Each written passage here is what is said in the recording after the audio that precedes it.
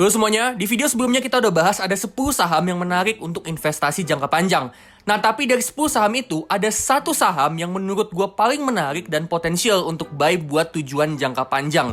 Nah, saham apa itu? Langsung aja kita bahas di video ini.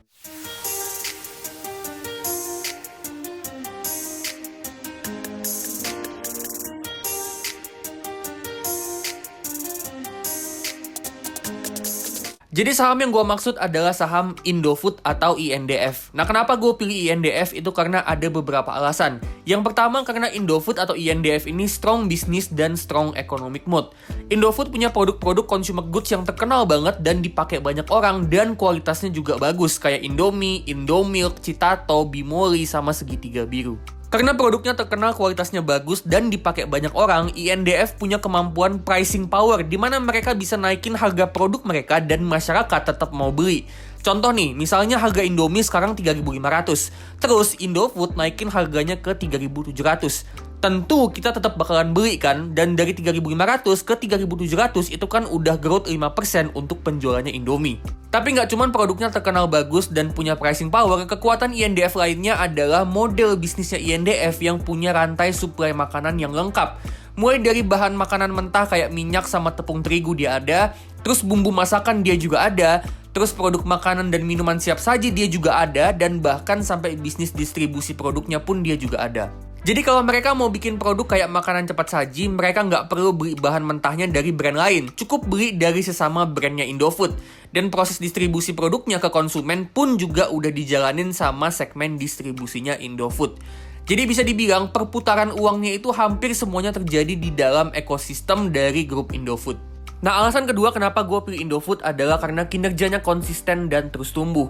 Kekuatan dari bisnisnya INDF ini tercermin dari mereka yang mampu numbuhin revenue-nya dengan tren yang konsisten banget dari tahun ke tahun dan juga dengan tingkat pertumbuhan yang cukup bagus. Pertumbuhan revenue-nya yang cukup bagus ternyata juga diikutin sama laba kotor dan laba bersihnya yang juga konsisten tumbuh dan tingkat pertumbuhannya juga cukup bagus. Ini gue suka banget ya karena ini gambaran kalau INDF ini perusahaan yang stabil dan bagus untuk hold jangka panjang. Terus nggak cuma profitnya aja yang tumbuh, operating cash flow-nya juga konsisten positif dan bertumbuh dalam beberapa tahun terakhir. Artinya INDF ini nggak cuma hasilin laba, tapi dia juga konsisten bisa hasilin uang kas masuk dari bisnisnya. Untuk free cash flow-nya INDF ini juga bisa positif ya, meskipun beberapa kali dari beberapa tahun terakhir ini sempat negatif. Tapi itu juga karena capital expenditure atau belanja modalnya yang besar. Yang artinya free cash flow-nya INDF itu bisa negatif karena INDF ngeluarin biaya yang lebih besar untuk investasi, untuk ngembangin bisnisnya.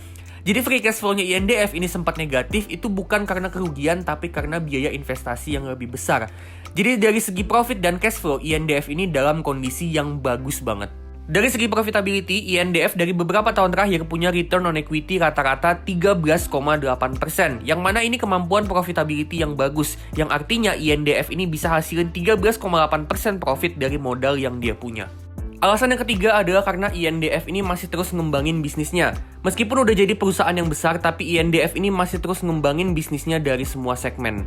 Dari segmen ICBP, mereka masih terus numbuhin volume penjualan dari produk mereka. Mereka juga mau inovasi produk yang baru, dan ICBP juga masih terus ekspansi jaringan distribusi. Di antaranya lewat Pine Hill Corpora yang distribusi Indomie ke luar negeri, terutama ke daerah Afrika dan Timur Tengah. Terus untuk Bogasari dan agribisnis, INDF ini masih terus berupaya untuk memperbesar volume penjualan.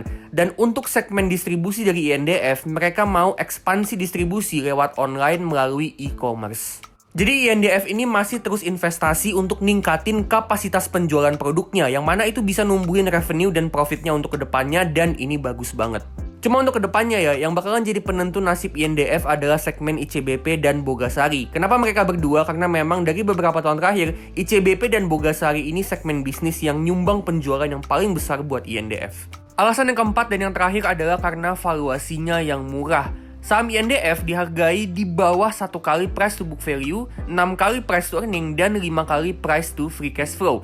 Ini valuasi yang menurut gue murah banget dan menarik banget untuk emiten yang bisnisnya kuat, stabil, profitable, cash flow-nya positif, rutin bagi dividen, dan masih terus bertumbuh.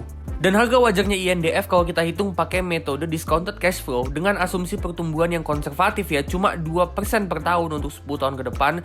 Terus asumsi valuasi price to free cash flow yang juga konservatif ada di 7 kali. Dan return investasi dari saham INDF itu kita mau 15% per tahun.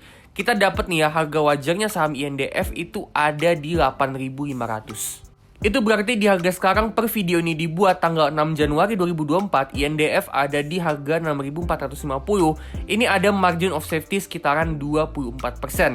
Jadi saham INDF di harga sekarang menurut gua cukup potensial untuk investasi jangka panjang karena yang pertama margin of safety-nya cukup tebal, dan yang kedua asumsi yang kita pakai ini asumsi yang konservatif. Prediksi gue dengan INDF ini masih terus ngembangin bisnisnya, terutama masih terus numbuhin volume penjualan. Kedepannya INDF ini bisa tumbuh lebih dari 2% per tahun. Dan untuk valuasinya harusnya bisa lebih dari 7 kali price to free cash flow karena pertumbuhannya yang cukup bagus dan economic mode-nya yang kuat. Jadi saham INDF ini menarik banget buat kedepannya. Tapi kenapa sih dalam 10 tahun terakhir dari tahun 2014 harga sahamnya INDF ini sideways terus padahal revenue dan profitnya itu bisa tumbuh? Nah, jawabannya itu ada di sini ya. Kita bisa lihat di area ini, di kurun waktu tahun 2014 sampai 2016, saham INDF ada di price to earnings di atas 20 kali. Yang mana ini tanda kalau saham INDF di kala itu lagi over value. Makanya harga sahamnya nggak kemana-mana bahkan sampai sekarang. Tapi dengan price to earning-nya yang cuma 6 kali, yang mana ini jauh di bawah rata-rata price to earning 10 tahun terakhir, bahkan juga di bawah standar deviasi -1, menurut gue kedepannya saham INDF ini punya potensi upside yang gede. Oke, jadi sekian dulu untuk saham yang paling menarik untuk tahun 2024. Kalau kalian suka sama video ini, klik like dan share ke teman kalian. Disclaimer ya, ini bukan ajakan untuk jual beli saham, tapi ini cuma analisa dan perkiraan gue aja. Keputusan tetap 100% di tangan kalian masing-masing dan jangan lupa tetap do your own research. Oke, gue pamitan dulu dan sampai ketemu di video selanjutnya.